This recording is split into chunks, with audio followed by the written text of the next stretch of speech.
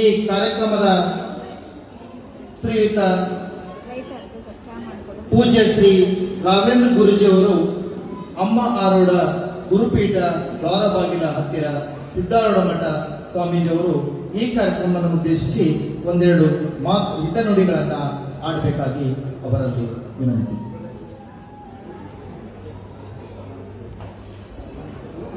ಹರ ಓಂ ಅಖಂಡಮಂಡಲಾಕಾರಂ ವ್ಯಾಪ್ತಮೇನ ಚರಾಚರಂ ತತ್ವದಂ ದರ್ಶಿತಮೇನ ತಸ್ಮೈ ಶ್ರೀ ಗುರುವೇ ನಮಃ.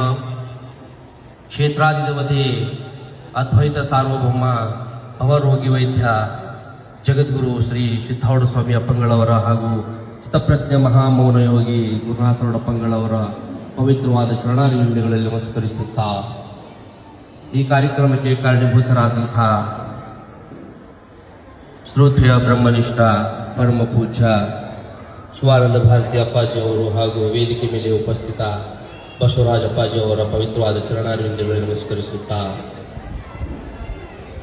ವೇದಿಕೆ ಮೇಲೆ ಉಪಸ್ಥಿತ ಮೇಲ್ಗೆಲ್ ಸರ್ ಅವ್ರಿಗೂ ಮೊದಲು ಮಾಡಿಕೊಂಡು ನಂತರ ಗೋಡ್ಕೆ ಸರ್ ಅವ್ರಿಗೂ ಮೊದಲು ಮಾಡಿಕೊಂಡು ಅವರಿವರದೇ ವೇದಿಕೆಯ ಮೇಲೆ ಉಪಸ್ಥಿತ ಇದ್ದಂಥ ಹಿರಿಯರಿಗೂ ಹಾಗೂ ವೇದಿಕೆ ಮುಂಭಾಗಕ್ಕೆ ಆಸೀನರಾದಂಥ ಶಿಕ್ಷಕರಿಗೂ ಆ ಒಂದು ಸಮಾಜ ಸೇವಕರಿಗೂ ಅನಂತ ಅನಂತ ವಂದನೆಗಳನ್ನು ತಿಳಿಸುತ್ತಾ ವಿಷಯ ಏನಪ್ಪಾ ಅಂತ ಹೇಳಿದರೆ ಶಿಕ್ಷಕರ ಅನ್ನೋದರೆ ಒಂದು ಗುರು ಅಂತ ಅರ್ಥ. ಒಂದು ಗುರು ದೊರಿಬೇಕಂತಂದ್ರೆ ಹಿಂದಿನ ಜನ್ಮದ ಒಂದು ಋಣಾನುಬಂಧ ಇರಬೇಕಂತ.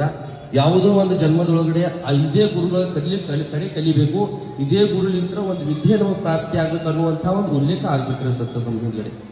ಆ ಕಾರಣಕ್ಕೆ ಸಿದ್ದಾರೂಢ ಸ್ವಾಮಿಗಳು 12 ವರ್ಷಗಳ ಕಾಲ ಗುರುವಿನ ಒಂದು ಆಶ್ರಮದೊಳಗಡೆ ಅಮರಗುಂಡ ಕ್ಷೇತ್ರದೊಳಗಡೆ 12 ವರ್ಷಗಳ ಕಾಲ ಸೇವೆ ಮಾಡಿದ್ರಂತ. ಅದು ಎಂಥ ಸೇವೆ ಅಂತಂದ್ರೆ ವಿದ್ಯೆ ಕಲಿಬೇಕೋಸ್ಕರ ಅಷ್ಟೇ ಅಂತಲ್ಲ, ತಮ್ಮಲ್ಲಿ ಇದ್ದಂಥ ಒಂದು ಅದ್ವೈತ ಒಂದು ಮೂರ್ತಿ ಆಗಬೇಕು, ತಮ್ಮಲ್ಲಿ ಇದ್ದಂಥ ಒಂದು ಅದ್ವೈತ ಆ ಒಂದು ಸಾಕಾರ ರೂಪವಾಗಿನ ಪರಿವರ್ತನೆ ಆಗಬೇಕು ಅನ್ನುವಂಥ ಒಂದು ಸೇವೆ ಮುಖಾಂತರ ಅವ್ರು ವಿದ್ಯೆ ಪ್ರಾಪ್ತಿ ಮಾಡ್ಕೊಂಡ್ರು ಅಂತ. 2-3 ವರ್ಷಗಳ ಕಾಲ ಗುರುವಿನ ಆಶ್ರಮದಾಗ ಇದ್ದಾಗ ಒಟ್ಟೆ ಗುರುಗಳು ಅವ್ರಿಗೆ ತಿರುಗಿ ನೋಡ್ತಿದ್ದಿಲ್ಲಂತ.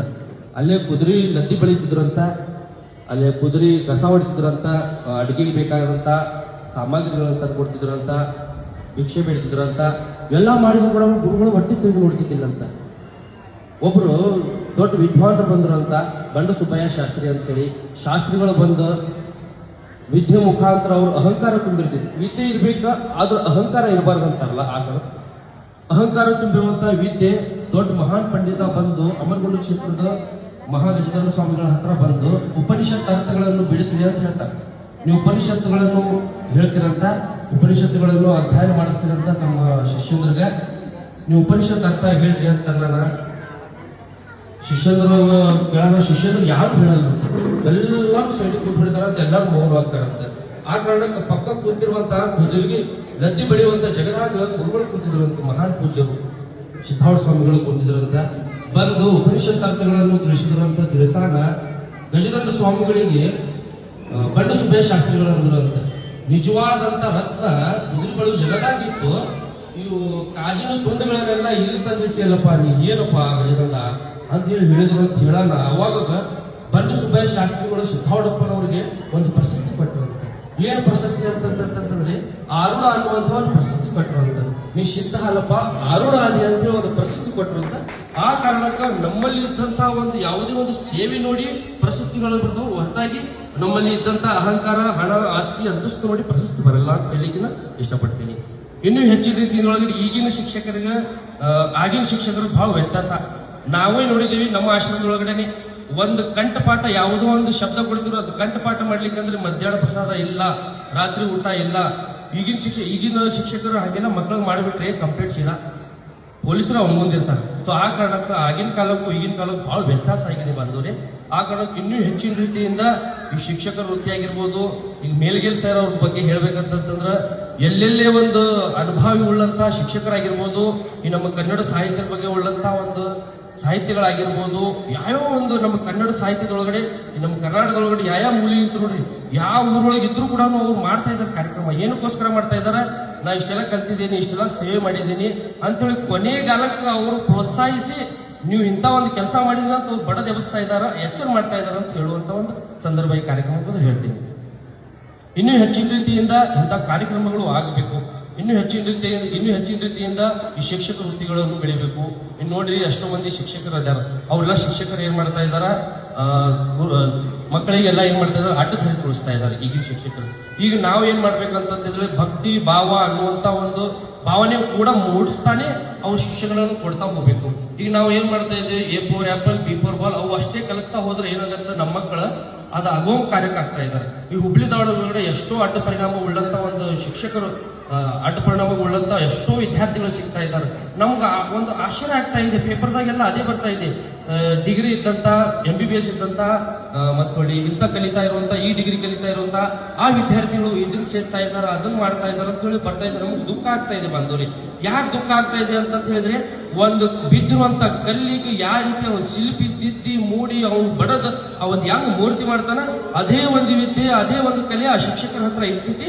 ಆದಷ್ಟು ತಾವುಗಳು ಪ್ರಯತ್ನ ಮಾಡ್ರಿ, ನಮ್ಮಂತ ಬಂದಂತ ಮಕ್ಕಳಿಗೆ ಆದಷ್ಟು ನಿಮ್ಮ ಕಡೆಯಿಂದ ಪ್ರಯತ್ನ ಮಾಡಿ ಅವರು ಪರಿವರ್ತನೆ ಮಾಡ್ರಿ ಅಂತ ನಾನು ಹೇಳಿಕ್ಕೆ ಇಷ್ಟಪಡ್ತೀನಿ. ಮತ್ತೆ ಇನ್ನು ಸ್ವಾಮಿ ವಿವೇಕಾನಂದರ್ಗ ಹಿಂಗ ವೇದಿಕೆ ನಡೀತೈತಂದ್ರೆ, ಹಿಂಗ ಸಂಚಾರ ಕಾರ್ಯಕ್ರಮದೊಳಗಡೆ ವೇದಿಕೆ ಕಾರ್ಯಕ್ರಮ ಇರ್ತಕ್ಕಂಥ ವೇದಿಕೆ ಕಾರ್ಯಕ್ರಮದೊಳಗಡೆ ಅವ್ರು ಮುಘಲರ ಸಾಮ್ರಾಜ್ಯ ಇರ್ತದೆ. ಅವರು ವೇದಿಕೆ ಮೇಲೆ ಇದ್ದಂತ ಸ್ವಾಮೀಜಿಗಳು ಬಂದ ತಕ್ಷಣ ಸ್ವಾಮೀಜಿಗಳೆಲ್ಲ ಆಸನ ಕೊಟ್ಟು ಕುಂದರ್ಸ್ತಾರಂತೆ. ಪಾದ ಪೂಜೆಗಳನ್ನೆಲ್ಲ ಅವೆಲ್ಲ ಮಾಡಿಬಿಟ್ಟು ನಂತರ ಅವ್ರಿಗೂ ಅಪ್ಪಾಜಿ ಅವ್ರಿಗೂ ಆ ರಾಜರು ಒಂದು ಪ್ರಶ್ನೆ ಕೇಳ್ತಾರಂತೆ, ಸ್ವಾಮಿಗಳೇ ತಾವು ಫೋಟೋ ಪೂಜೆ ಮಾಡ್ತೀರಿ, ಮೂರ್ತಿ ಪೂಜೆ ಮಾಡ್ತೀರಿ, ನಮಗೆ ಅದ್ರ ಮೇಲೆ ಎಲ್ಲ ನಂಬಿಕೆ ಇಲ್ಲ, ಇವೆಲ್ಲ ಮೂಢನಂಬಿಕೆ ಅಂತ ಅಂತೇನಂತ ರಾಜ ಅಂದ ಅಂತ. ಆ ಕಾರಣಕ್ಕ ಆ ಒಂದು ರಾಜ್ಯದೊಳಗಡೆ ಯಾವ ದೇವಸ್ಥಾನ ಇಲ್ಲ, ಯಾವ ಫೋಟೋ ಇಲ್ಲ, ಯಾವ ಮೂರ್ತಿ ಇಲ್ಲ, ಏನೂ ಇಲ್ಲ. ರಾಜನ ಒಂದೇ ಫೋಟೋ. ಸುತ್ತಮುತ್ತ ನೋಡಿದ್ರು ಅಂತ ಯಾವ ದೇವ್ರ ಫೋಟೋ ಕಾಣಿಸ್ತಾ ಇಲ್ಲ, ರಾಜನ ಒಂದೇ ಫೋಟೋ ಕಾಣಿಸ್ತಾ ಇದೆ.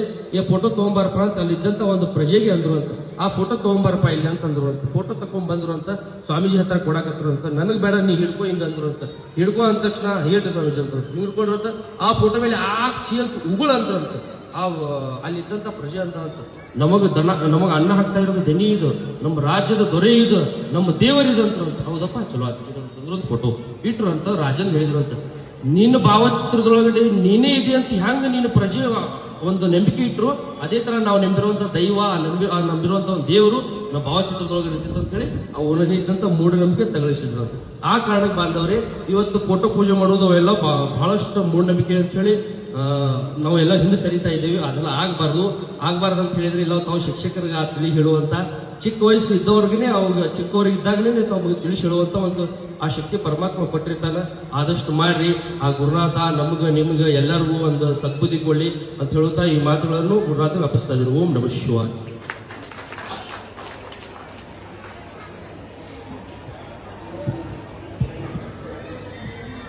ಧನ್ಯವಾದಗಳು.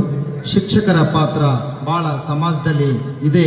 ಸಮಾಜದಲ್ಲಿ ಯಾವುದೇ ಒಂದು ಅಭಿವೃದ್ಧಿ ಆಗಬೇಕಾದ್ರೆ ಶಿಕ್ಷಕರ ಪಾತ್ರದ ಮಹತ್ವವನ್ನು ತಿಳಿಸಿಕೊಟ್ಟಂತ ರಾಘವೇಂದ್ರ ಗುರೂಜಿ ಅವರಿಗೆ ಧನ್ಯವಾದಗಳು. ಹಾಗೆ ಈ ಕಾರ್ಯಕ್ರಮದ